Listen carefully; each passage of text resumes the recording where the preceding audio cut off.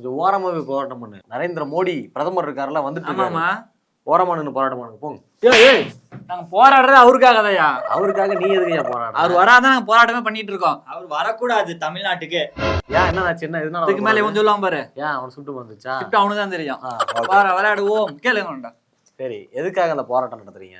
ஏன்னா எல்லா சலுகையுமே தனியாருக்கு தான் கொடுக்குறாங்க. ஃப்ரேம்குள்ள வந்துக்கறேன், தள்ளி போங்கடா.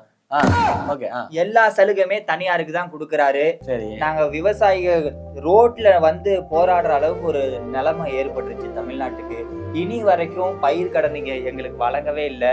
இதனால நாங்க விவசாயிகள் எவ்வளவு பேர் பாதிப்படைஞ்சிருக்கோம் தெரியுங்களா? ஆனா மதுரைக்கு அன்னைக்கு வந்தாரு, வந்துட்டு அப்படியே போயிட்டாரு. ஆனா இனி வரைக்கும் நாங்க போராடிட்டு தான் இருக்கோம். தொடர்ந்து நெல் ஈரப்பதம் விதத்தெல்லாம் அதை அதிகரிக்கணும்னு நாங்க ஒவ்வொரு டைமும் கோரிக்கையில முன் வைக்கிறோம். ஆனா இன்னி வரைக்கும் அந்த நெல் மூட்டையில மழை பெஞ்சு முளைக்கிற அளவுக்கு ஒரு நிலைமையா ஏற்பட்டிருக்கு.